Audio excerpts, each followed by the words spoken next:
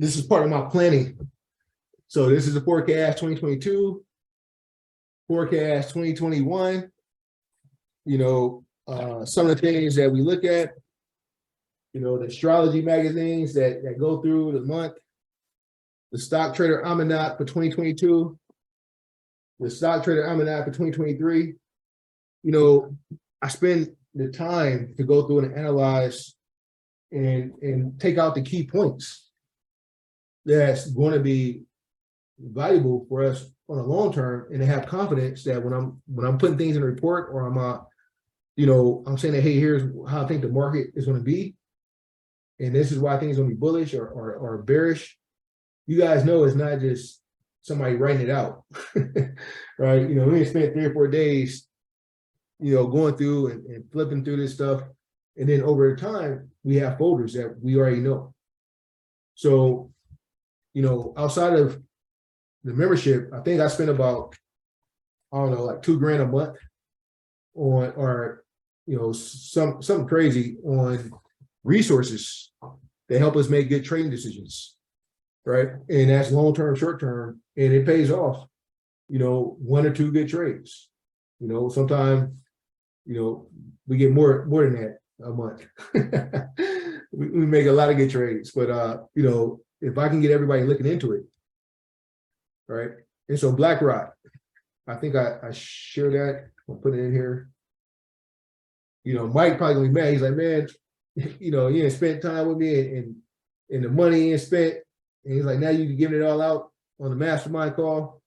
But this is not, it's still, you still got to do the work, and you still have to look at it. And so right here, they have a report, our 2023 outlook, right?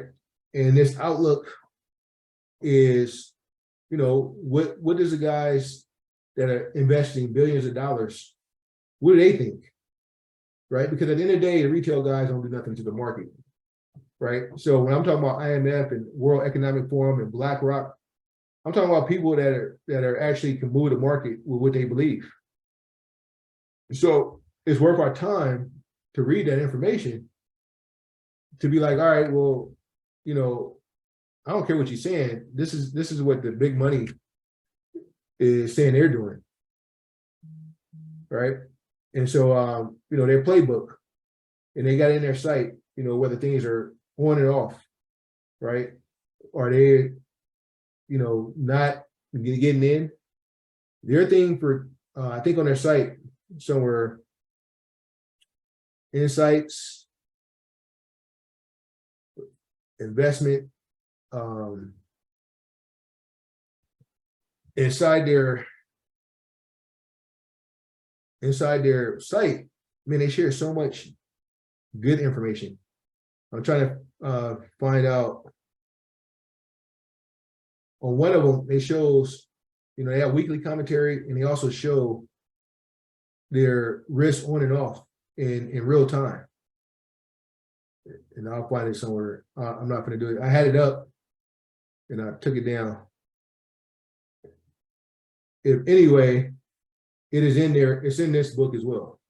So it's in this PDF I just shared, of where they're going, and they plan to buy equities, and they don't think that the recession, they feel is going to even out, and they plan to deploy capital. They've been on defense, right? We don't think equities are fully priced for recession, but we stand ready to turn positive via our assessment of the market risk sentiment, how much economic damage is in the price. So, they don't think equities are fully priced in, but secondly, they said that they plan on investing in 2023. So for some reason, they believe that it will be a good time to buy in 2023, right? The same thing we believe, right? And so when other guys are saying, hey, the market is crashing and is dirt, and, we all gonna be homeless, big money is saying that, hey, the risk is down. They're talking about the New World Order being one of the regime drivers, right? And so we're not talking conspiracies. If they're talking about New World Order in BlackRock, and they're telling you what they're going to do inside the World Economic Forum, right? They are basically putting their entire plan on their websites, in the pages, and all we got to do is read it. It's an open book test, right, for us to make money. All right, and so some of this stuff I'll go over, when I have the next call, going over, how do we prepare for 2023, the call I normally do at the end of the year, and highlight some of the things that I've seen. All right. So when I used to do the cosmoeconomics, right, we all do them, and the full moons and all this other stuff that we talk about, I don't use that specifically to trade, but I do use that to identify volatility, right? Because I do believe that the market responds to volatility. So I'm gonna give you a couple of these sites as well, so you guys can look at them yourself. And all these sites that, if they're paid, I'm a member, or I paid it. All right, let me read that too while y'all going. All right, cool. Jefferson Insights, I got that one too. Let me see that. And so this cycles.org, guys will be like, oh man, I paid for season X. Right, season X is something that shows the season. Season X, which I pay, things like $300-400 a year for it. And then they have this class that's happening, right? You get a free membership, so it's $97 for the year. They have the Cycle app inside here. They have a library. They talk about market cycles, and so when guys are asking me to train them, and they try to pay me $5 or $6 grand for me to teach market cycles, I can give them all the information, but they really want to know, how do we forecast and how we use the information, right? And that's something that, I want to educate the guys inside the mastermind over the next, next year, start telling you guys how to take this information and then make some trading decisions based off of it. So, I'm a member here. I pay for this.